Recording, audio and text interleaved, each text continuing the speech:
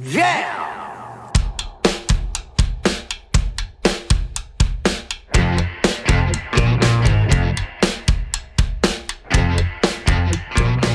It's Josh Williams here, and welcome to episode number 26 of the One Man Podcast for Wednesday, November 8th, 2017. How are you guys doing? Welcome, listeners. Welcome, old listeners. Welcome, new listeners.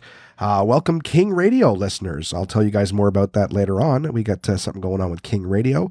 I got a new sponsor to talk about today. I'll tell you guys about how my doctor's appointment went. I saw Thor Ragnarok, and of course, I will read your guys' emails. We got lots to talk about today. I just sort of laughing and paused on how funny that must sound to someone who may be listening to their very first episode. You know, I'll tell you how my doctor's appointment went. They're like, what? Why would anyone care about that? I still don't know if anyone does, but at least it's been part of a long-running story that we've talked about for some time. So I can at least tell you the results of that. So starting last week, of course, guys, I always go back to the Tuesday when I recorded. Of course, I did it one day prior, right? So I wonder how you guys happy Halloween was, right? Halloween was, for me, it was working. Didn't get an opportunity to do anything too fun there for Halloween, but I hope you guys had a great Halloween. Watch any scary movies or anything fun, huh? We talked about it last week. I'd love to know how it was for you guys. I got a couple emails that came in after the recording, so I will be, bookending a little bit of Halloween stuff on this episode. I'm really sorry. I don't know if I've said this already. I'm fucking sick. It feels like every time I record this podcast, I'm apologizing because I'm under the weather. Well, I've been off sick for the last couple days from work. My head is a swamp right now, and I got a pretty bad headache. But my commitment to you guys is to always have the podcast out, rain or shine or head cold or what. So, excuse me if I'm sniffing a little bit or I have to stop and blow my nose or if I'm, clearing my throat. This is just burping because I've been chugging apple juice. Isn't it supposed to be orange juice? It's all garbage. Just try to keep the fluids high, and it was on sale at Costco. I'll tell you that. I'll tell you that. Anyways, so Halloween was great last week, of course, for a lot of people who didn't work, I'm sure. Wednesday morning, all right, when the last episode dropped, I had a doctor's appointment. The doctor's appointment was actually at like 1:30, but since I didn't have anything else to do then, I think I just slept. I slept. And so I went to this new doctor, right? I've been talking about how I got this problem with my side. I got the hernia, at least as far as we know. 99 problems and a bitch ain't one. You know what I'm saying? Like I was eager to meet this new doctor. So this doctor, Dr. Girth, was very cool dude, very young, very sort of hip looking. It was nice to talk to him because like the first thing was we sat down and I was just like, all right, dude, he's like, so where do we start? And I'm like, well, I just want to start by saying, if you take one look at me and go, you know what, all my problems are due to my weight. I don't know if it's going to work out between you and me. I tried to do like a quick little speed dating thing with him. I'm like, this is what I'm after. This is what I'm looking for in a doctor. If it's not you, we just move on. But it was really cool because I had an opportunity to sort of tell him, what my story is and how I got to where I'm at now, which I've told you guys before. And I basically said that the problem I'm having now is I got a really chronic pain in my side that seems to be some sort of lump that's in there. And it was sort of half checked before, but the doctor I had wasn't too interested in it. I also told him that I have a hernia down in my groin there somewhere, according to another doctor who had checked briefly at one point. So he was kind of cool because, first thing he said was, well, if you've got a hernia, we can get that treated. He goes, now, to be honest with you, the weight's going to make recovery difficult. He's like, so you should try to lose the weight just because regardless of, I'm not saying that the weight is the problem, but if you're trying to heal an injury, it's going to be harder to heal said injury if you have a lot of weight pressing down on the area that's trying to heal. So I was like, all right, I get that. And, we started talking about, I said to him too, like, well, one of the things I want to know is, am I, obviously the weight's an issue. How can I lose the weight without aggravating this and making it worse? I'd like to be able to, like, what can I do? What can I not do? And he was kind of like, you know what? At the end of the day, they're going to need to fix a hole. So whether it's a small hole or a big hole, they still need to fix it. Now he goes, so you're not wrong to think like, oh shit, why would I want to go out and make this hole worse? Like don't aggravate. He goes, so you're right in the thoughts that you could be aggravating an existing injury, but excuse me, at the end of the day, they got to fix a hole. So whether it's small or big, they got to do it. And if you lose the weight, then that's going to make the recovery process that easier. He also addressed my concern about like he actually brought it up because I told him to, like, the doctor who had checked me had said that some of the hernia surgery that they have available, the method and that they do it is it's basically they use like a mesh, and if it's, think of it like you punch a hole in the drywall and you use that sort of like mesh tape little patch on it or whatever, and then you mud over it. He said that, like, it basically can rip and tear in the future, and then you have bigger problems. That was the doctor who discovered my hernia. I'd suggest that I just straight up not do it if possible. Well, this doctor was saying that there's a place outside of Toronto that doesn't do that. So, when it's time to do that, he's going to send me there if I have no problems with that. I'm like, yeah, absolutely. If that's the place that's still doing it right. I tried to ask him why they do it the new way too with the mesh. He goes, it's basically just cheaper and easier, but it's, doesn't have as long lasting results as the other way. So anyways, he was super cool about that. Took care of one of my concerns right away. So I can start exercising. I can go ahead and rip this son of a bitch as much as I want, because we're going to fix it at the end of the day. But then the other issue was my side. And he was saying, since, we got checked and ultrasound and all this, like, I told him all the different things that I've gone through with my side and how it's tight and it hurts and whatnot. And he was just saying that, like, there's a lot of people who have chronic illnesses, excuse me, chronic pain. And he goes, the problem with that is, he said, there's two things. He goes, here's how it is. There's two things we got to figure out. One, what is it? Okay. And he goes, you can spend a lot of time trying to figure out what it is and do this test and that test. He goes, I've had patients who we have spent years trying to just find the cause of pain and what's causing them discomfort. And he goes, and secondly, and even infinitely more important, is what can we do about it? So once we find out what it is, that's great, but what can we do about it? So the reason we talked about this, or the reason he brought it up, was because he was trying to say that, like, sometimes, like, he goes, if you're looking for an MRI or something like that, he goes, Health Canada, but for anyone who's listening outside of Canada, we have the free healthcare here, but of course they prioritize what you can get done for free and whatnot. So for all of us, it's basically just, they look at me and go, okay, well, whatever's wrong with you is not life-threatening, so we're not putting you, like, on an MRI list or anything like that. And effectively, anything that's wrong with me, if it's not life-threatening, there's no urgency for it. So in terms of what he can send me for and what they're going to pay for, two very difficult things. He had also said too that, like, even if you find it, okay, you got this lump in there that's pressing against some nerves and causing you pain, he goes, you can go in there and start cutting things and trying to cut it out. But now you've got all these muscles that you have to repair, that we've cut into and try to put back together. And he goes, a lot of doctors and stuff are going to be like, no way, I'm just going to make a bad problem worse. So he goes, now we're not there yet. He goes, but just know that there's a lot of people who just end up at some point in their life with chronic pain that,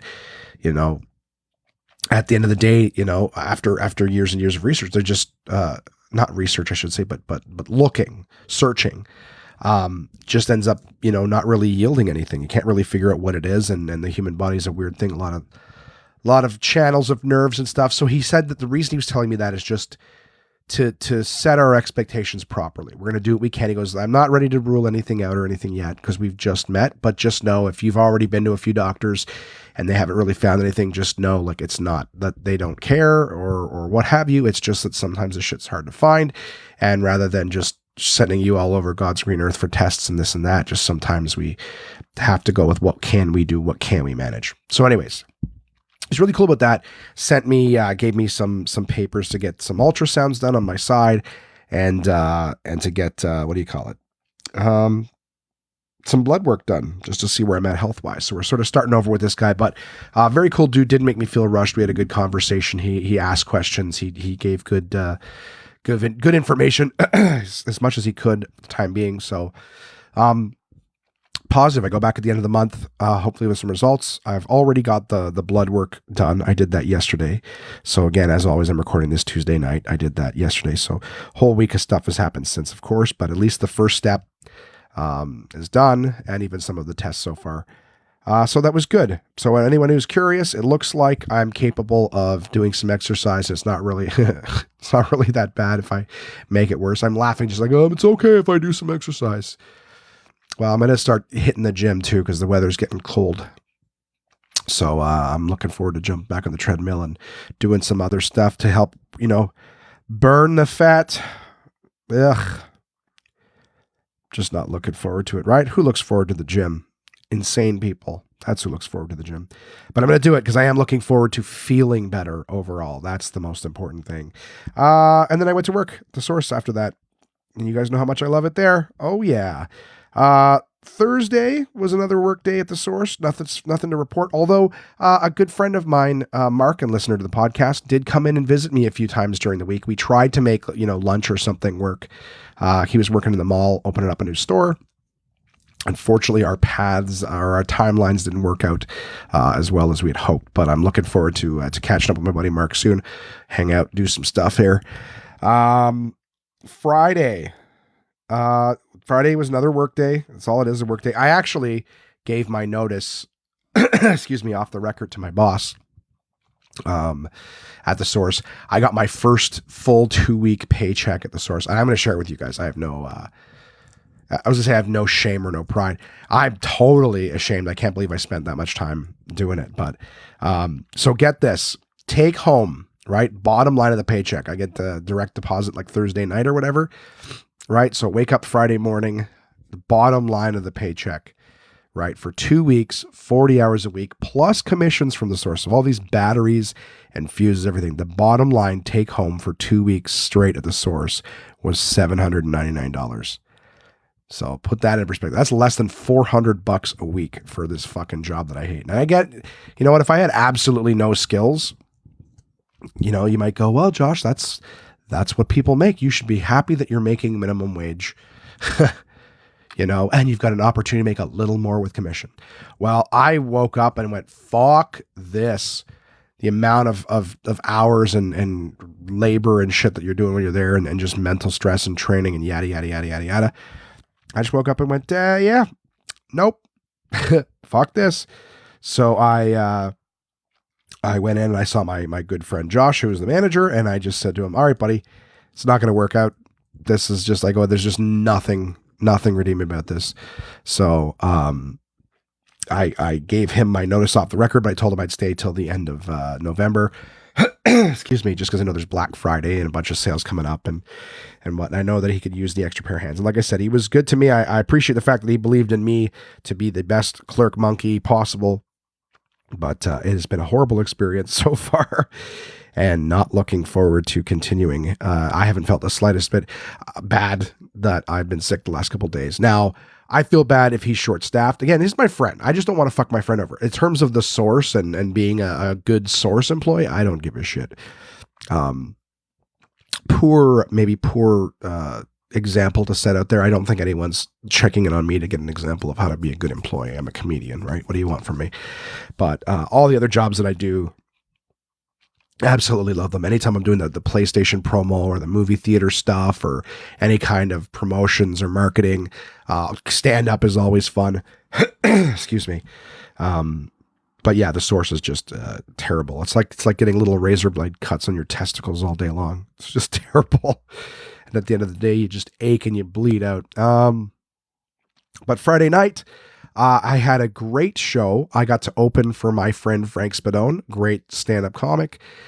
We did a show, I don't even know, it was between Greeley and Manotick, which is not, saying much for anyone who's, anywhere outside of Ottawa. No one has any idea what I'm talking about. But it's basically, there's all these small communities just on the outside of Ottawa to the south, and I guess they all have one councilman or a member of parliament or whatever he is.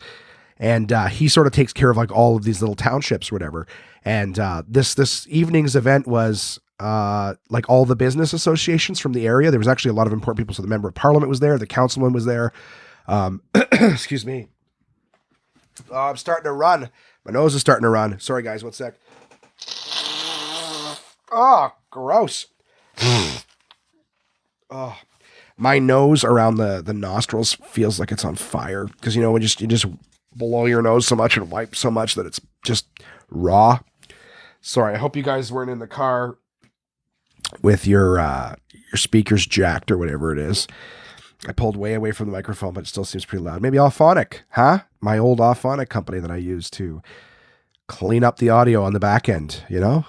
Maybe that'll take it off the harshness for yours. Anyways, so yeah, Councilman was there. The Member of Parliament was there. Some pretty prominent business figures in Ottawa who all live in this super rich little suburb area. I was at a golf and country club, you know what I mean? Or not a golf, sorry, I apologize, event center, wedding and event center. Really, really nice place called Orchard View.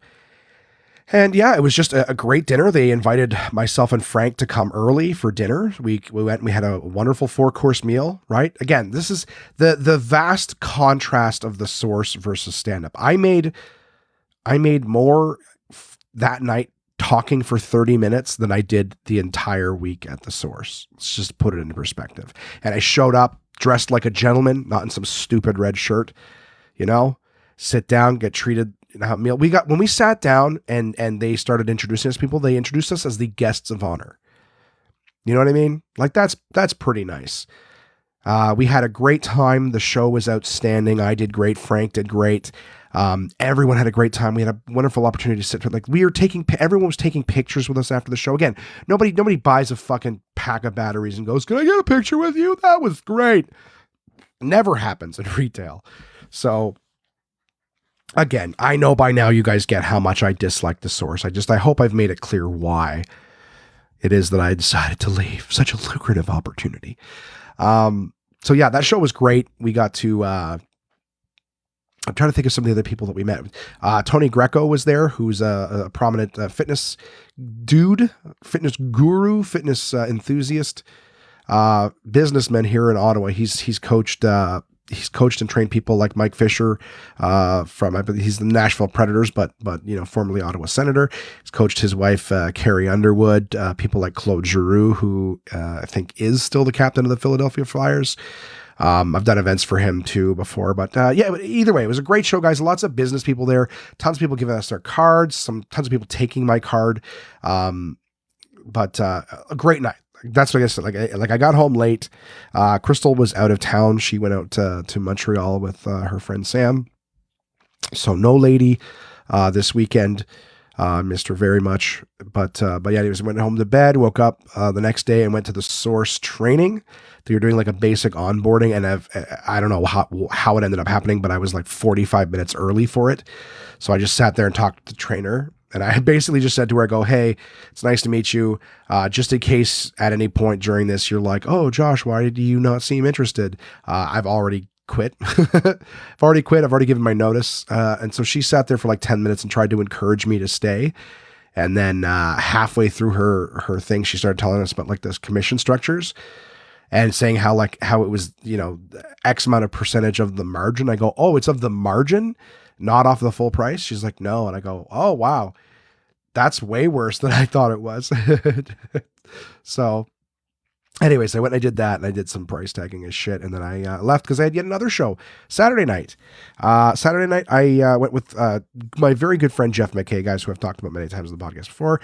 Great comic. Jeff, myself, and another comic, Michael Friedman, went to do a show in Loyalist, Ontario, which is not far from Kingston, and a place actually called Bath, Ontario, which is an odd name for a place, just to call it Bath. It sounds like that's what everybody in the area needs. You know, you're going to Bath, Ontario, you're like, oh, is there a big lake or something? It's like, oh, just a small community outside of Kingston. Okay. But we went to the Loyalist Golf and Country Club, and our audience that night was a reasonable amount of senior citizens. There was no young people there whatsoever. But they were fun. They were a sort of fun crowd. They liked sort of taking the piss out of you, you know? So I'd talk with them and they'd sort of pull all their, you know, their old people shenanigans, you know? I don't even know how to describe, but you guys know what I'm talking about. When an old person comes up to you, they yell, their heckles are like, they're not as clever as, you know, what's his face in Waldorf or whatever from Muppet Show. You know what I mean? But just that whole yelling out, oh, and they're always the ones laughing at their own fucking heckles. But they were having a great time. The idea is they weren't ruining the show. They were definitely just sort of bringing some energy to it. It was freezing in there too, so I couldn't believe all the elderly people. Like when I'm cold, I can only imagine the poor elderly people. Luckily, they were all wearing their sweaters and cardigans and stuff. But I had a great time there. We had a horrible time leaving. And I don't mean horrible, super negative. I just mean we had a very difficult time leaving the event afterwards because everybody had so much fun. They were all, trying to come up to us and tell us jokes and stuff. So we ended up, they were all standing outside, I guess, having cigarettes and putting their coats and stuff on outside. We decided to slip out the back door just because we knew it'd be hard to get through the mob of them afterwards. Like, that's the thing. Our groupies are 70 plus years old. And that's the whole secret of show business. It's not anything about your talent or anything like that. It's just, you got to get the groupies down to an age with disposable income, right? When you're 70-year-old groupies, they won't follow you all over to the stadiums, right? Because they're on fixed incomes. So you get them younger and younger and younger to the point when you get the 20 to 30-year-olds. They're the ones that could just buy a ticket to your shit, come out, and that's how you've made it in entertainment. You get the young groupies. So yeah, that was Saturday night. Drove home. All right. Sunday, picked up the kiddos as Crystal was still in Montreal. Picked up the kiddos and went to. I went to take them to home, but on the way I wanted to stop in at Staples. And I don't know about anywhere else in Ontario, but Ottawa's been nothing but fucking rain for a week. I think today was the first day that there was no rain, but on Sunday, it was raining all day long. The traffic was terrible getting all over the city. And I went to Staples to get a map laminated. One of the board games that we bought from the store there in Toronto has a map, and you need to be able to use it for multiple things. So I wanted to be able to basically dry erase right on it. So I took it to Staples. At 11 o'clock, they opened, and the young fellas there were like, oh, it's only going to take us about an hour or two. And I said, great. Love to get it back today. No problem. So, dropped it off. I even hooked them up with a couple free tickets to Absolute Comedy. Thanks for your hard work, guys. And I drove back to Crystal's house with the kids. And we waited for her to come home. And I remember, like they said, they would give me a call in an hour just to let me know how things were going. So 2 hours later, I called them and just said, hey guys, how's it going? Is it ready for pickup yet? I'm getting ready to leave Crystal's at this point. And they said, no, it's not ready yet. We made a mistake in how we put it in, but we flipped the roll, put it in properly, and it'll be ready for you by 5 o'clock. No big deal. It's not super, super urgent, but I'm like, that's great. It'll be done today. I'm an instant gratification kind of guy. I'm sure some of you listening are like, yeah, I like to fucking drop something up, pick it up the same day. It's nice. Get shit done. So anyways, I think I went home. I took my mom to get some stuff from her work or whatever. She hurt herself this week and she's sort of limping around. Not too much to it, but just the idea is she needed help to go down to work to pick something up. So I drove her down there. I went home, tried to nap for a teeny bit. Just I guess at that point the cold was onsetting and I didn't realize it. I was just feeling really worn out. And I thought it was just from, 2 completely full days on the weekend, right? Work and then shows. And, anyways, I decided, they told me to be ready by 5. I just decided I'll take a look and see, what time they close. And it's like, oh shit, their close is 5 o'clock. So I think it was at about 4 o'clock at this point. I'm like, I'm going to nap for 25 minutes, wake up and head there. Now this Staples, Crystal lives across the city from where I do. So this Staples is near her place. I guess I'm not trying to make it a longer story than necessary, but the idea is I drove all the way across the city in the fucking rain. And I popped in at 5 o'clock and the kid sees me in line and just goes, oh, hey man, I don't want to waste your time. So I just thought I'd let you know, we didn't get the machine working and we won't have it. We have to order some more plastic in. So, we'll have it ready for you in a few days. And I was like, dude, are you fucking kidding me right now? Like, you had my phone number. You could have called me back to say, hey man, don't bother coming. We didn't get it working. So I think the thing that pissed me off was like, it was so rainy and shitty out, like it could be said, why didn't I call first and just make sure? Absolutely. Hindsight's 2020. That was one of the first things I thought of. But considering I had been communicating with these guys already and they assured me it would be done on time, I also thought, like, well, it's funny because when I first called him 2 hours after I dropped it off, he goes, oh, has it been an hour already? And I went, it's actually been 2. And that should have been my first red flag. But long story short was these guys they didn't think to call me at all. It was fine with them. Because I even told them when I called the second time, I'm leaving the area. I won't be in the area. So I just wanted to make sure if it's ready now, I'll come get it. Otherwise, I'll come get it when it's done. And they assured me it'd be done by 5. So anyways, long story short, I get there. Yeah, sorry, we don't have it, man. It's not done. So I just said, all right, let me have it back and I'll take it somewhere else. Like, I'm not going to, who knows, maybe one of the other Staples, I'll do it tomorrow. Of course, it's 5:00. All the Staples are closing. So if they had told me earlier, I could have showed up. I could have grabbed it. I could have brought it somewhere else. Blah, blah, blah, blah, blah. Not the end of the world. Got it. Woke up Monday, full-blown sick Monday morning. Oh shit. No, I apologize. I missed something. After my giant letdown with Staples, I was just sort of like, it was raining. I was tired. I felt like I didn't accomplish much during the day. I spoke to my friend Dave, and we went to go see Thor Ragnarok. Almost missed that. Almost missed it. Good thing I have notes, right? I would have just moved right on to the next day. But I went to see Thor Ragnarok, guys, and I've already mentioned I'm a big fan of the Marvel movies. This Thor movie, if you've seen the other two, they try to make it very, almost like space medieval kind of crap. You know what I mean? Like the first two Thor movies were not great. The second one was infinitely better than the first. Well, they've seen the sort of success, I guess, with the Guardians of the Galaxy, because this is the first Thor movie to come out, because they did Thor: The Dark World, and then Guardians came out, and Guardians 2 has come out since. So they can see how popular the Guardians of the Galaxy is, where it's sort of funny and more colorful space crap or whatever. And so they've definitely gone this route with Thor. They've also added in a lot more humor. So for what it's worth, the director, whose name I will not be able to pronounce properly, but the director of the movie is actually a very funny comedic actor. He is in a movie called What We Do in the Shadows, which is available on Netflix, if I'm not mistaken, currently. Who knows when you're listening to this, but it's called What We Do in the Shadows, and it's almost like a Office, like the Office style documentary of these like 4 vampires that live together. And it's one of the funniest movies I've seen in a long time. It's so funny.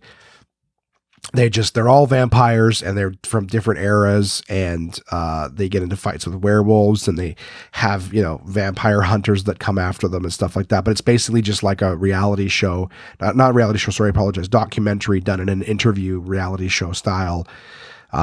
But yeah, the director of Thor Ragnarok was one of the actors in that, and he may have even been the director of that too. But very, very funny, very, very entertaining.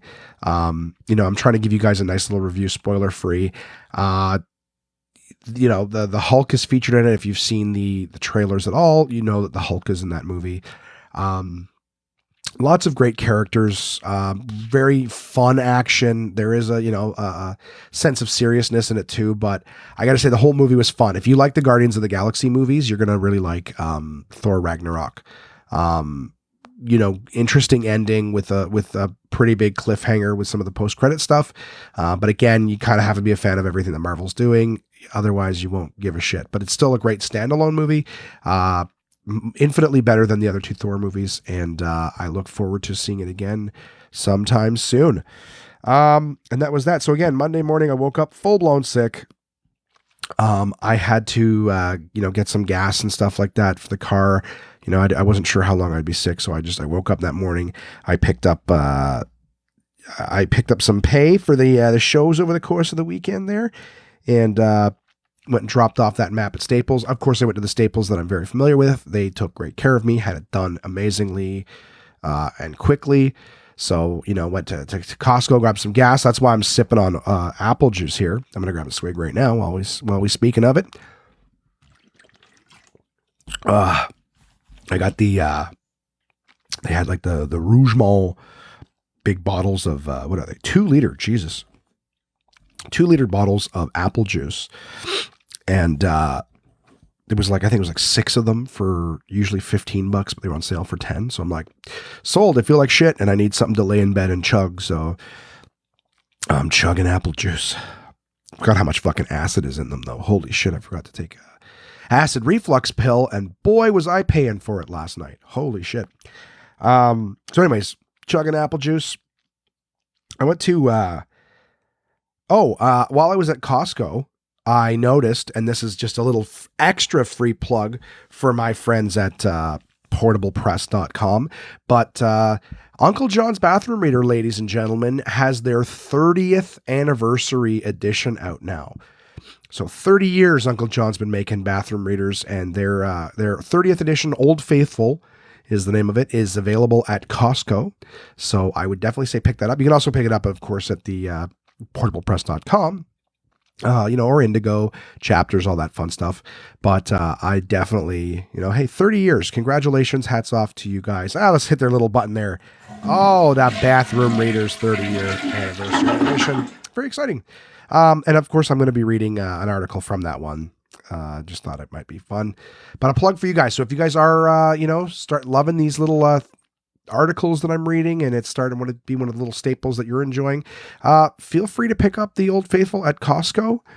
It's half price there. They're about $29 in Chapters, but I got it for $16.99 at Costco, very happily. I could wait for them to send it to me, but I have to send them an email and then wait. I didn't want to do that. So, and then if they send me one, I'll just give it away as a wonderful gift to someone else. I actually need to get on them to send some stuff for the holidays. I'll see if I can get them to send some stuff that I can give away. Anywho, because I bought that book, I was actually running out of shelf room for all my bathroom readers collection, and and for some of my other stuff too from my new sponsor, as a matter of fact, which I'll talk about a little bit later on. But I'm running out of shelf space, and I got these shelves that are like floating shelves on my wall, but there's no like walls on the end of them.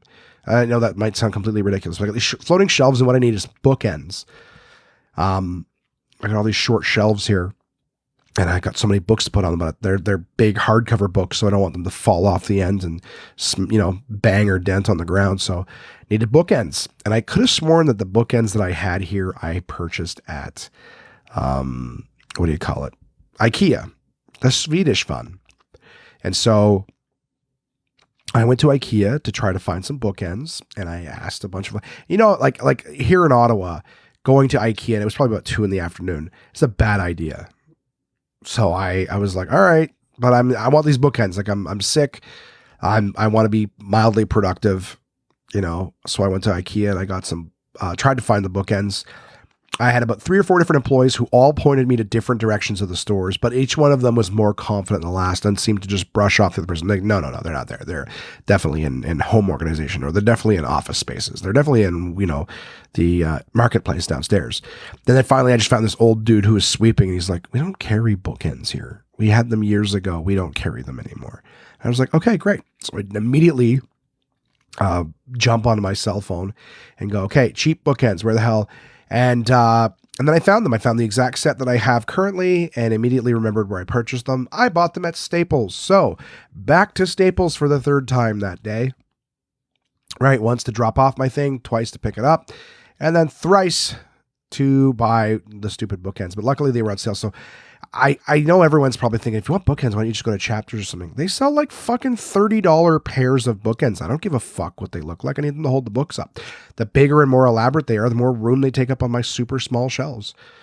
So, and the ones that they had were on sale. So I got like these metal bookends that were like $2.99 each, like marked down, on sale from, I think it was, like $5 down to $2.50. There was $10 ones that were, I bought a few of those for like bigger books, also marked down to like, $4. I'm like, Jesus Christ.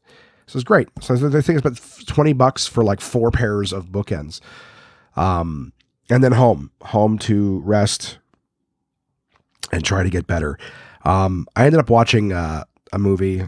Someone commented to me the other day that they're like, you talk a lot about movies in your podcast. I'm like, well, ever since I started working at the source, all I do is come, work and then come home and try to zone out. I usually am way too busy for movies.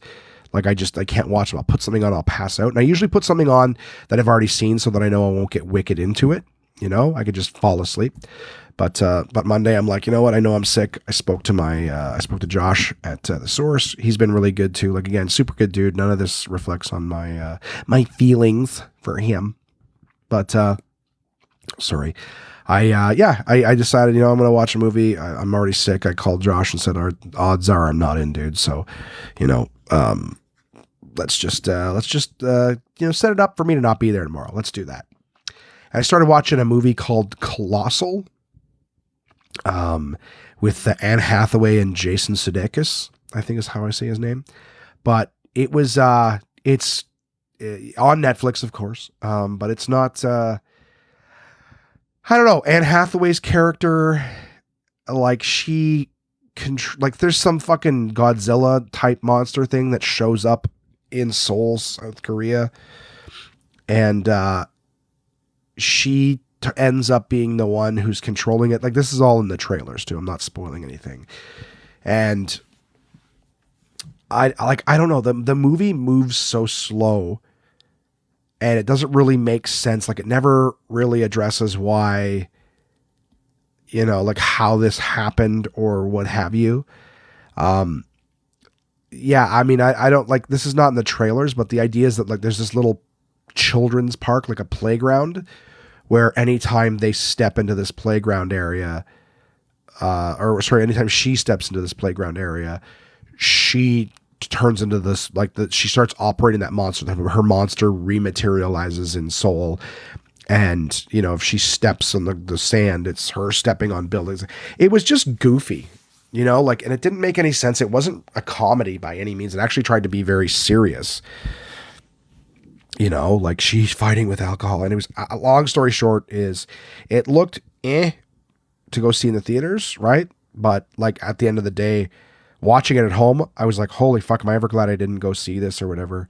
In fact, I think I had to watch it in 2 parts. Like I started the early evening while I was making soup, and just sort of watching it on my iPhone at the table, and then came up to bed and watched the rest of it, an hour or so later. Yeah, I don't know if you've got Colossal on your wish list, or if you saw it and got something from it that I didn't, let me know, but I really wasn't a big fan of it. And then this morning, woke up still sick. I watched The Babysitter, I think is what it's called. And that one was a lot more fun. It's stupid and goofy. It's basically a kid has a babysitter. What? Yeah, a kid has a babysitter, and he's got, like, you can tell he's got a little bit of a crush on her. She brings a bunch of friends over when he goes to sleep, but he's like awake and watching them. And his babysitter murders one of the dudes, like sacrifices him. And then it turns out that she's going to sacrifice the kid too. And so this kid's got to run from the babysitter and all of her friends. And it's basically just everyone's hunting this kid. But it was a lot of fun. It was definitely, it didn't take itself too seriously. There was a lot of good laughs in the movie. Yeah, definitely. I had a lot more fun watching that. And then, yeah, I spent the rest of the day getting this fucking podcast ready. So that was my week up until this point. A cool little thing that I will talk about right now is when I mentioned off the top, welcome King Radio listeners. I had someone approach me electronically via email and was interested. He's starting a new, what should I call it? Internet radio station, on the internet, oddly enough. But I want to kind of read, like, this is what he's described it as. So it says, where do we have it here? I'm trying to go on my phone. So King Radio is Ottawa's newest internet radio station, playing some of Ottawa's favorite pop music. King is known for highlighting local talent. Find out more by visiting the website at www.canewsottawa.ca. So canewsottawa.ca. So basically what it is, and from my understanding, that's just a little blurb that he's written for me to share with you guys, of course.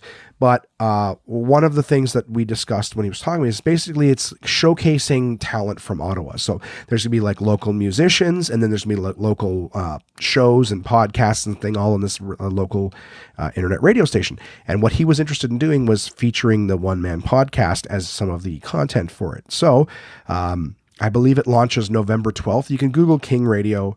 I'll have more details for you guys as it launches on November 12th online.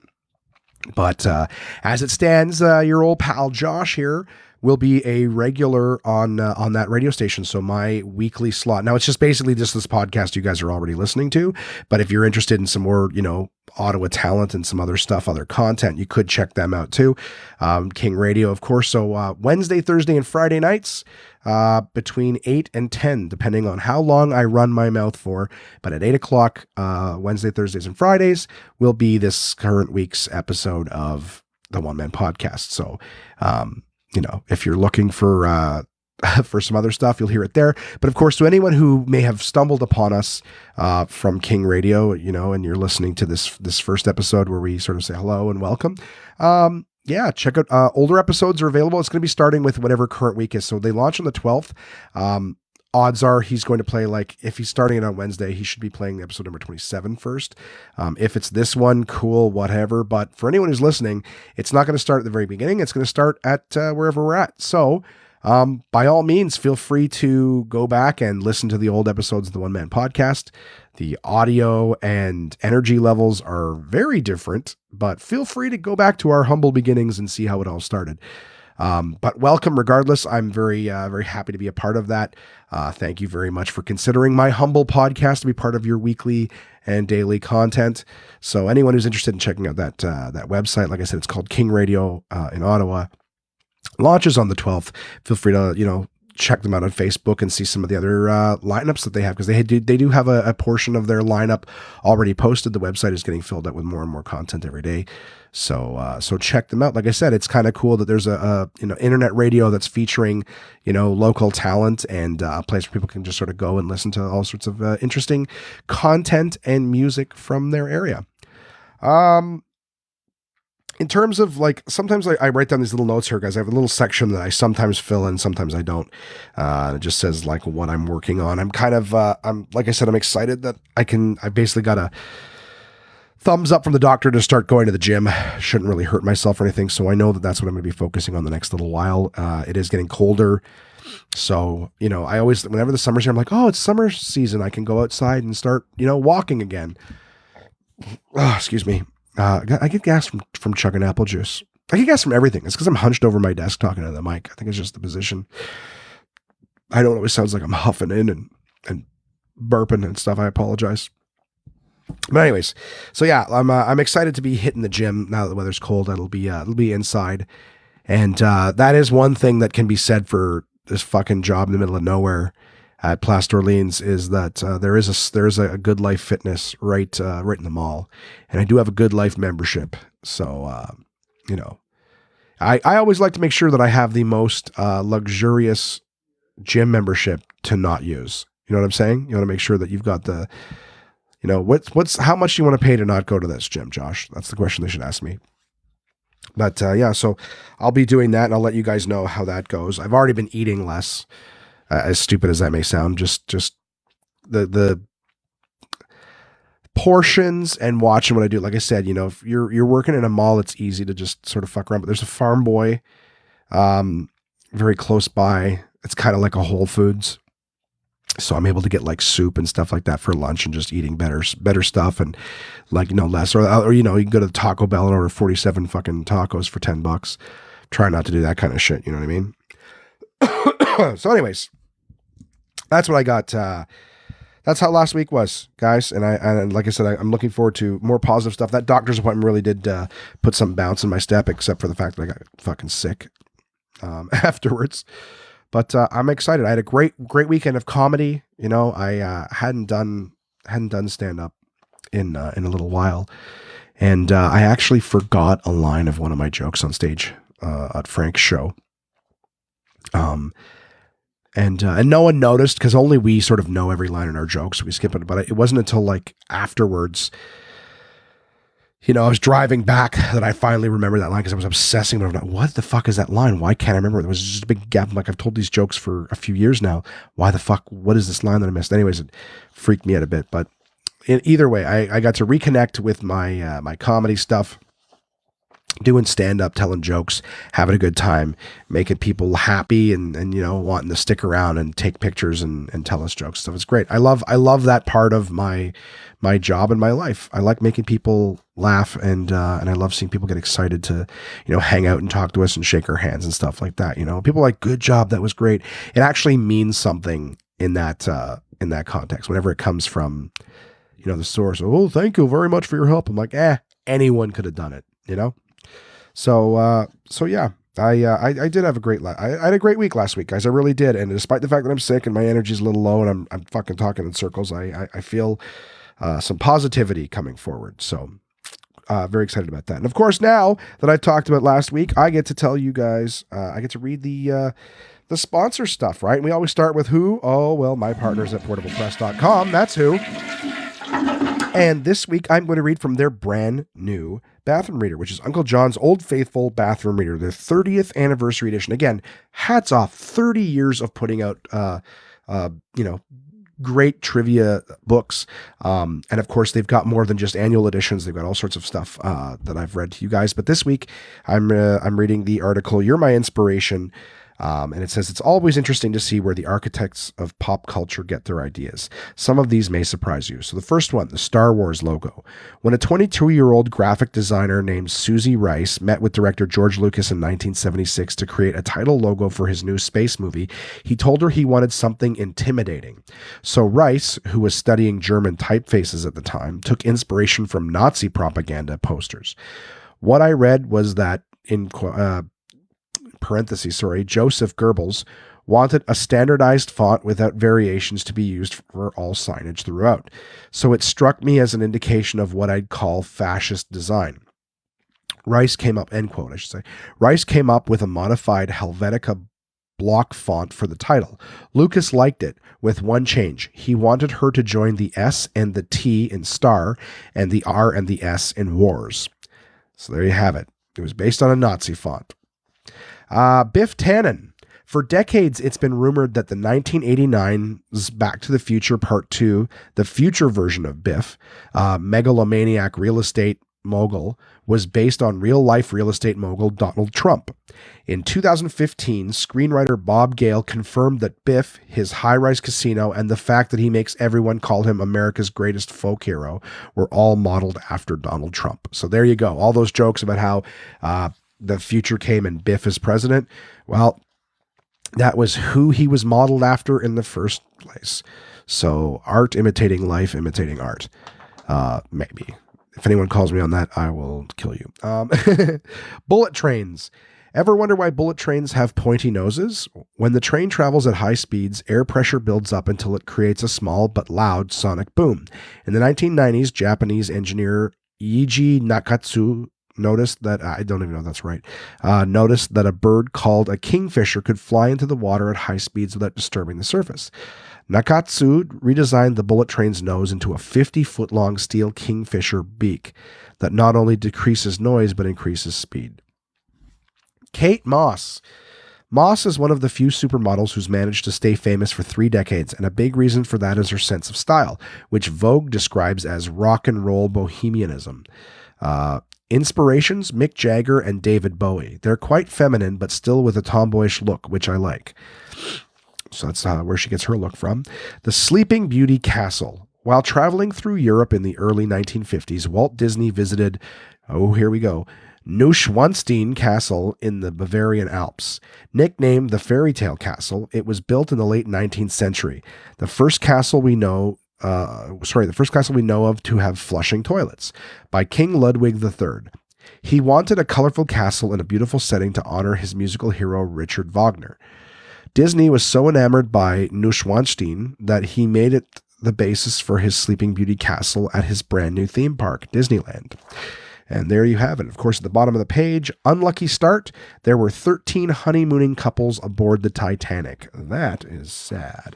And that's it, guys. That's the You're My Inspiration from my partners at Portable Press, Uncle John's Bathroom Reader, Old Faithful, 30th Anniversary Edition. Amazing. And of course, as always, I have 2 outstanding partners with Absolute Comedy and Summersby. Absolute Comedy is the best live stand-up comedy from across North America, with locations in Kingston, Toronto, and Ottawa, Ontario. These comedians have been featured on Just for Laughs, Netflix, Comedy Central, CBC's The Debaters, Jimmy Kimmel Live, Conan, The Comedy Network, and much, much more. Go to absolutecomedy.ca to see this week's lineup. Planning a night out is easy with dinner and show packages available at all locations. Live comedy is a great choice if you're organizing a celebration, fundraiser, company outing, or corporate event. Want the show brought to you? They'll send comedians to your venue with performances tailored to your event, creating a night of laughs your guests will love and won't soon forget. So for showtimes, ticket prices, gift certificates, special shows, and more, head to absolutecomedy.ca. Again, that's absolutecomedy.ca for the best live stand-up comedy from across North America.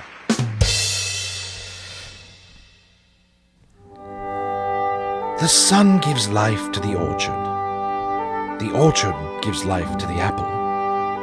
The apple gives life to Summersby. Summersby is a delicious sweet taste of sunshine, imported across the ocean all the way from Denmark. The people in Denmark are smarter, and so are you if you drink Summersby. With flavors like apple, blackberry, pear, elderflower lime, red rhubarb, and a taste as regal as this fake accent, there's something for everyone to enjoy. And now you can try them all in the Summersby Mixer Pack, available wherever fine beverages are sold. So go on and try for yourself the crisp, refreshing taste of Summersby. Your taste buds deserve it. Please drink resplendently. And I just spoke with my buddy Petter, the Summersby rep, and he has got a couple of cases of Summersby semi-dry to drop off. So I'm very excited to try the new flavor. Apparently, it's for anyone who's not a big fan of the sweetness of Summersby. No one's complained about the taste, but a lot of people are saying it tastes good, but it's a little sweet. Well, the Summersby semi-dry is supposed to be half sweet, So, well, excuse me. I was chugging apple juice during those commercials, guys, trying to wet the whistle. And so he said a lot of people are enjoying the semi-dry. I'm excited to try it myself. I will give you guys my feedback, of course, as always. Try it yourselves and let me know what you think. But excited for that. And of course, I mentioned off the top that we have a new sponsor. Very, very excited to be bringing these guys on board. I am a huge fan of their books, just as much as I am my partners at Portable Press. I am a big fan of DK Publishing, which is the Dorling Kindersley Party Publishing is what I was going for. They have some of the best books. When speaking with them, I referred to them as infotainment, and they were like, yeah, we like that. It's kind of you're like, that's a good way of describing it. So, okay, without going all over the place here. I have a bunch of different series by DK. So they have basically what DK does is they create outstanding just like textbook information books, but instead of it being just like a big book where you're reading about something or just pictures, they do an amazing job of marrying information with imagery. So I told you guys a long time ago that one of the things that I loved about Uncle John's Bathroom Readers is that I can read a couple pages, and finish an article. So if I'm reading before bed, I don't pass out right away, or at least if I only read a little bit, at least I'm starting and finishing what I'm doing. Well, one of the things that I love about DK's books is that their imagery and the information, the way that they present it is done in such an amazing way that it keeps you engaged. Like you're actually learning. I've got a series of theirs called Big Ideas Simply Explained. I'm staring at it right now on my shelf. That I amassed all over the place. And just to give you an idea, like these are big textbook things. Each one of them basically, like I said, the series is called Big Ideas Simply Explained. And what they do is they just basically give you a general, I want to say an intermediate level of understanding on certain concepts. So for example, I'm just going to rattle off the ones that I have real quick. But for example, I have like the business book, the crime book, the economics book, the history book, the literature book, the philosophy, politics, psychology, religion, science, and sociology books.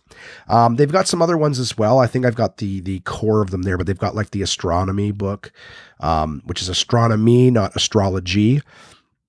But they've got ones like the art book. They've got like the Shakespeare book. They've got the movies book.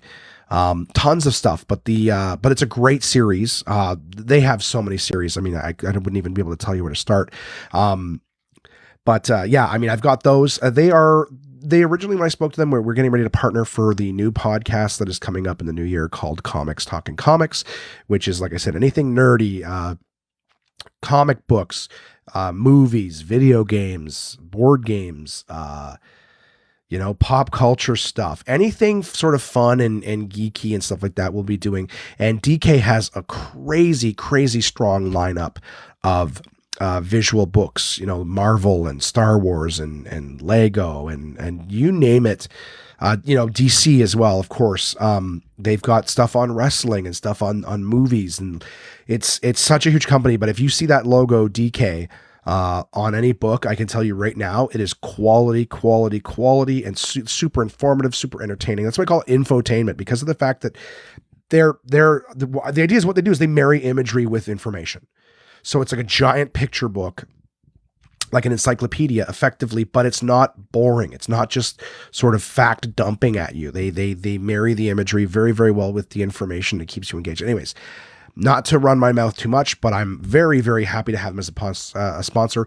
As the new podcast has not launched yet, they have agreed to sponsor the One Man Podcast until the time where we start that one. So all that is to say that this week, one of the books that they sent me, and this one was kind of cool, a little smaller than most of their books, but it's called The Gamer's Survival Guide. Get game fit before it's game over. And this one's kind of cool. It's just a little fun hardcover book. Retails about $12 in Canada.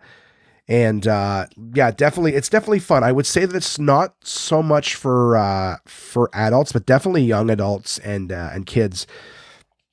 It really scratches the surface and sort of just gives you some really cool creative ideas for all sorts of stuff game-wise.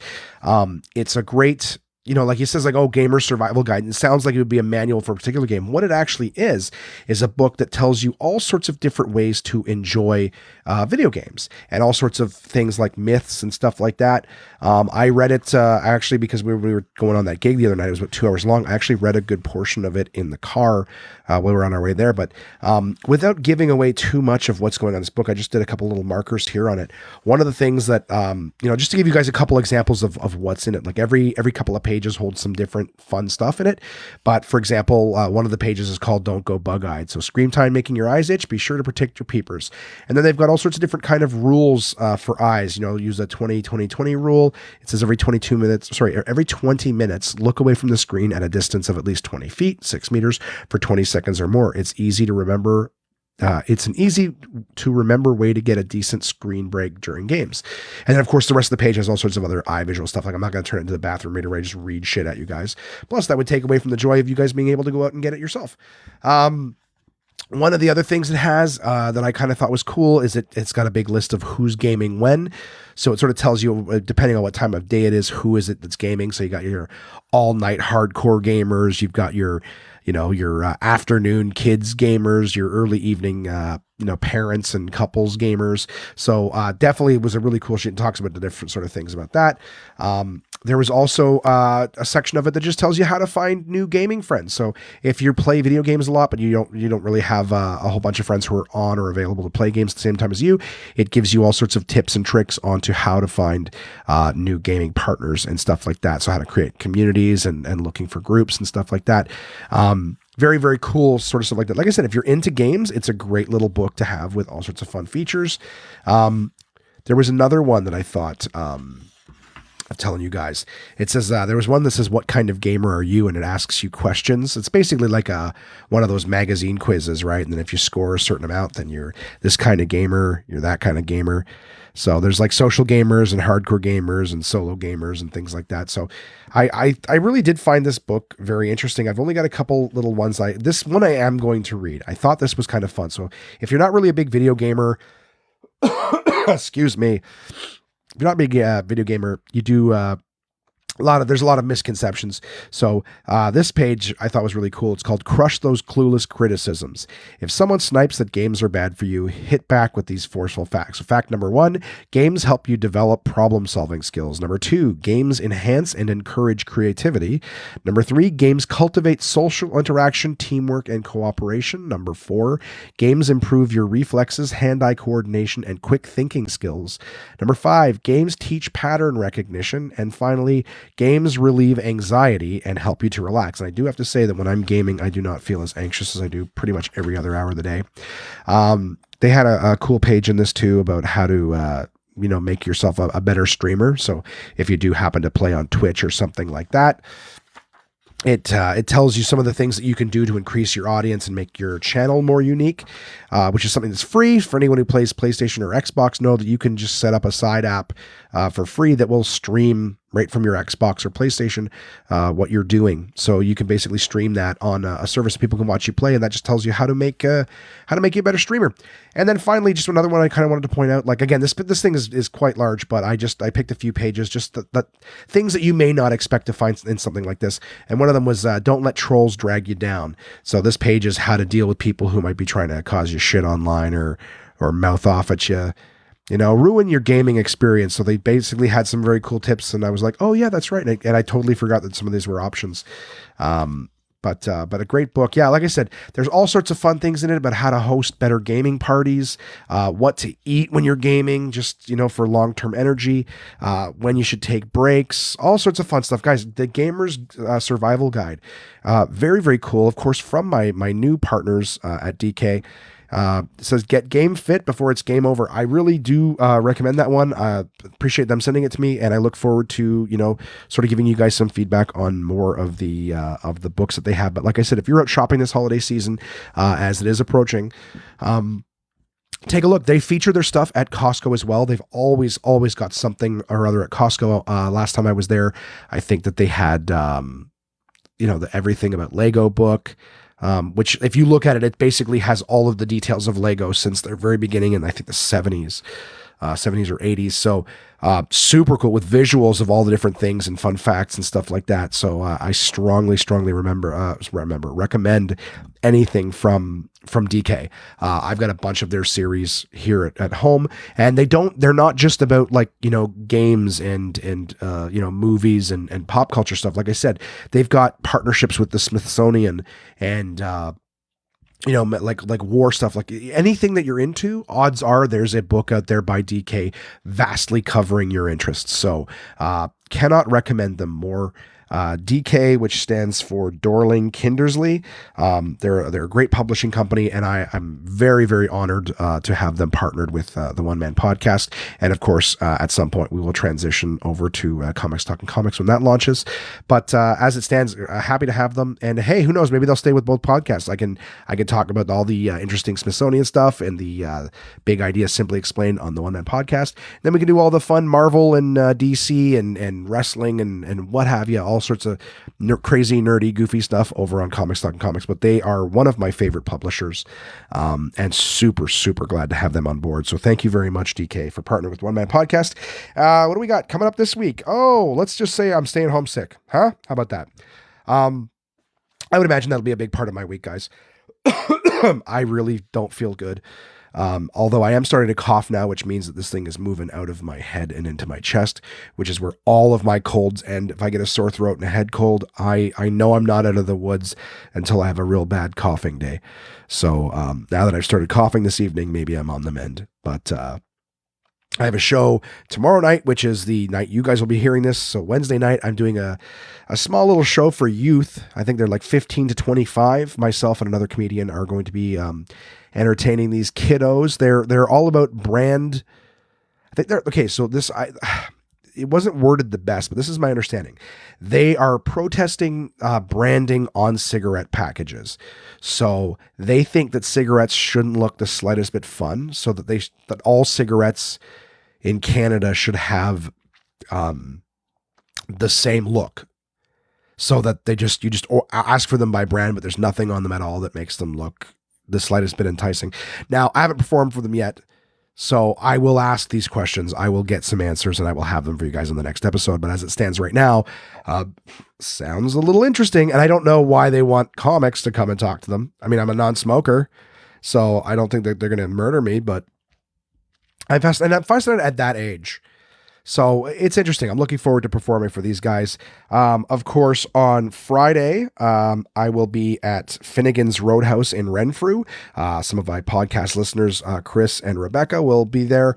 They've already purchased their tickets, so I'm looking forward to that. Apparently, tickets are selling quite well there. So if you guys are in the Ottawa Valley area and you'd like to see me, get some tickets at Finnegan's Roadhouse. I'm looking forward to them. I'm looking forward to see my friends too. Saturday is Remembrance Day, guys. Celebrate it however you do. Push an old person up Parliament Hill, or, just sit quietly with them in a room for a few minutes. It's kind of the way it is with them most of the time. You can just sort of sit with them. Some don't even know you're there.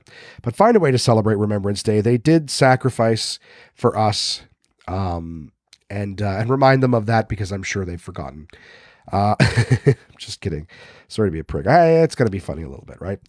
And then I do have a special event on Sunday night. I can't really say anything about it because it's a surprise.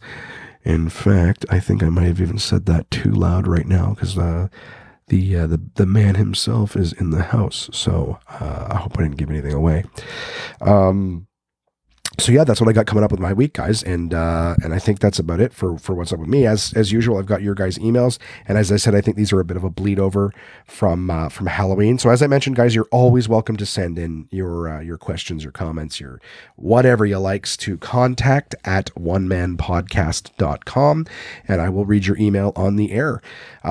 First email this week comes from Chris. He says, "Hey Josh, I, like you, enjoy a scary movie. Enjoy a good scary movie, of course. A suspenseful thriller more so than a gore fest. Here are the three that are near the top of my list. The Others, starring Nicole Kidman. Basically, it's a story about a mother and her two kids who live in a spooky old house. I don't know how to write a synopsis without spoiling the whole thing, but take my word for it, it's a pretty good movie that managed to be quite freaky while maintaining a PG rating. I have not really seen The Others, though I do know what it's about and how it ends. Sorry about that. I think the best way to describe it is it's a mother and her two kids. Her kids have conditions that keep them inside. I think they're like not allergic to sunlight, but they're basically like daywalker versions of albinos. Right. So they can't really go out. The sun hurts them. So they're forced to stay in this house. And then they start sort of seeing other people, other things, apparitions and stuff like that. And then of course there's the big twist that you know and I know. But I didn't see all of it. I just saw the first like 15 minutes or so. I think I fell asleep and then woke up at the end and was like, all right, I get it. So yeah, I don't really know how good those frights and scares and stuff were throughout, but I know what the ending is, and of course, watching it again the second time, knowing what it is, wouldn't cause the slightest bit of fear, I would imagine. 28 Days Later, starring, I don't know, look it up. It's Cillian Murphy is the name that you're looking for, and not Brian Cox, but there's another guy like him that's in it. Anyways, 28 Days Later, starring, I don't know, look it up. You say, I think the Scarecrow from Batman Begins is in it. Yes, that is the guy, Cillian Murphy, ? So you had it yourself. You knew it all along. By far my favorite zombie movie.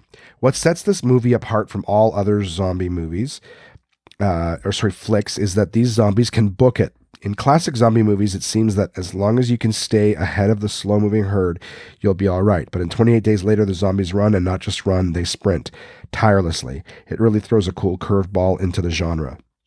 Yeah, I saw it. I didn't like the fucking, like, it had this sort of buzzy, staticky sort of like rock rave music through it. I mean, I guess it adds the visuals.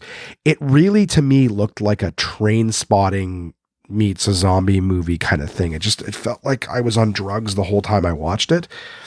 I did see it and I didn't dislike it. It just, there was an odd feel to it. But I mean, I guess that's what it is the panic, the speed. You need like a high octane music if there's all these zombie running scenes. But yeah, it wasn't bad. My follow-up question to you would be, did you ever see the 28 Weeks Later? Was it any good? Did it do any justice? And finally, you write, the last movie isn't so much a horror as it is a suspense. I warn you though, if you feel claustrophobic when you see others in claustrophobic situations, then this movie ain't for you. So it's called Buried, starring Ryan Reynolds. If you love Ryan Reynolds, then you'll love this movie, because he is the only person you will see. There are no other physical actors in the movie. He wakes up buried in a casket-sized box with nothing but a lighter and a cell phone. The entire movie takes place in the box. I wouldn't categorize myself as claustrophobic, but not being able to sit up or even look at my feet makes me want to vomit in terror. Well, thanks for your email, Chris. I appreciate it. Vanessa, aka my friend Red, writes in, hey there, Josh. Hope you're doing well. I am not doing too shabby, shy of this illness. I thought you might appreciate my sending in my son's secret costume. I didn't want all the judgy moms piping in, so I didn't post this one on the social medias. But Ronan had a Georgie from It costume. I've attached a picture. We had the yellow rain jacket already, so I just had to do it. Funny story though, after we took these pics, I decided to put the balloon in the lawn with our decorations. No word of a lie. A 10-year-old came up to the house to trick or treat and is like, hey, was It here earlier? Like Pennywise, I guess he means, was It here earlier? I was a little shocked they knew what they knew what that was. But without missing a beat, I grabbed the yellow rain jacket and was like, yep, see, it already got Georgie. The kid laughed, but I was doing everything I could from giving the parent a judgy look. Am I just getting old, or is it not a high school age movie at least? The kid was definitely primary age. Well, hope your week at the source is better. If you leave, there are a couple things I'm needing, so let me know so I can send you a list of things to steal on your way out. Thanks, Red. Yeah, I don't know. Sometimes people know what something is. Like if you got a bigger brother who's into something and he's all about it, obviously, you want to be excited about the same things that your big brothers. So like you don't really know how the kid knows what it is. You're definitely being judgy though, because you're like, I don't want to post my picture. I don't want my people to judge me. And then you were going to give the parents a judgy look. Who knows, man? You can't raise kids properly. There's a million wrong ways to do it. So. I think I saw your picture and I think it was very, very funny, that he's dressed up like Georgie, it's basically for anyone. Like I already asked Red, via social media if she was cool with me sharing it with you guys, but obviously it's her kid's in it. And, if I post it, you're all going to try to fuck her kid, that's just how it is. I hope you're detecting my super sarcasm there, Red, but I do get it. It's very funny. Two of my listeners, my two best friends, Jimmy and Mika, they've got very conflicting, different views on their kid stuff. One mother, I won't single them out. One of the mothers has decided that, basically the kid is not deciding whether or not his picture is posted, since he doesn't have to say. They're just keeping it very, very private. You won't even see anything on social media. The other mother is a goddamn lunatic, posting pictures at least 12 times an hour. No, I'm just kidding. I'm going a little too far, but something every day. I actually saw this post the other day and I was going to message to go, are you fucking kidding me? Which was happy half birthday. I'm like, half birthday? Are you fucking, how did you miss? I didn't get him anything for his quarter birthday. I missed the quarter birthday. So I could just be being crotchety for no fucking reason. I don't mean to be, I love my friends. I love their kids. I just think it's funny. It's funny because parents are different, right? Like I said, there's different perspectives. So I got to say for you, just do what works for you. You know what I mean? Like if you want to post the pictures, do it. If somebody's going to judge you, be like, how could you do? It's a fucking raincoat. It's not like by putting the kid in the costume, he immediately takes on the persona and understands everything of the context. He doesn't fucking know. It's a raincoat. Georgie was in a raincoat because it protects from the rain. It was made for children. I don't know. Just there are a lot of judgy fuckers out there, and really at the end of the day, their shit doesn't matter. So I think your costume was hysterical. I think it was very creative. I think one day you'll show your kid the movie and the picture. He's gonna fucking laugh, and everybody wins. And then the judgy cunt's gonna be sitting there all by herself, trying to get her husband to pay attention to her. Look, can you believe what he's I don't give a fuck. And he's going to go back to his booze or whatever it is, whatever gets him through the day with that judgy bitch.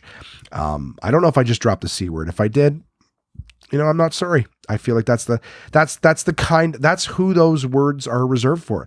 The mothers that judge other mothers and don't take better care of their own kids. Blah, blah, blah, blah, blah, blah. Anyways, Red, I appreciate your email. Thank you so much. What can I say, guys? I always appreciate you being here. I'm sorry if the episode was kind of all over the map. I really am not feeling well, but I'm trying to plow through. I'm getting the energy from you guys. I feel you all listening, and it's coming back to me. So I just, as always, I appreciate you guys being there. And hey, as I mentioned off the top, I do use a lovely service called Auphonic. And if any of you would like to donate to the One Man Podcast, you can go to our Facebook page, and at the top there's a pinned post that shows you where you can donate Auphonic credits. So you want to be a direct part of the One Man Podcast, you can donate, and your efforts and your credits and all that stuff will go directly into the podcast. I can't spend Auphonic credits on booze, right? Can't spend them on NyQuil or anything like that. So it's that your dollars are going right back into my low end production here. So as always, guys, please send in your own emails, contact@onemanpodcast.com. Listeners are growing all the time, month over month. I appreciate that. And I'd love to hear from more of you guys. So If you listen, send in emails. Let me know what's going on with you. Let me know what the shittiest job you ever had was. Let me know how long you stayed there before you got out. Let me know if you burned the motherfucker down on your way out. What was the best thing you ever stole from a job? Don't tell me that. I'm just joking. But as always, you can send the email contact@onemanpodcast.com. And we are on Facebook, Twitter, Instagram, YouTube. So if you guys have a second, I post pictures and all sorts of stuff leading up to the episodes if things are going on. I show you, gave blood yesterday and I got a giant fucking bruise on my arm from that. I was debating whether or not I showed you, but I posted a few things today. So I don't know if anyone wants to see my this woman, I think she was training on me. She's like, do you mind if I just fuck around? That's what my arm looks like. You don't give blood and end up with a bruise that looks like you took a line drive to the fucking arm. You know what I mean? So yeah, either way, I post shit is the point I'm getting at. So Facebook, Twitter, Instagram, YouTube, you guys can check out stuff, One Man Podcast, or also if you just want to connect with my comedy stuff, Josh Williams Comedy, you can find me on all those social media platforms as well. And I got my comedy stuff on there. So as always, thank you guys so much for listening. I will have a fresh episode for you next week. Who knows what we'll be talking about? Maybe we'll find out why these kids want all the cigarette packs to look the same. Who knows? I sure don't. I hope you guys have a good week. Stay warm, stay out of the rain, and we'll talk to you soon. Thanks.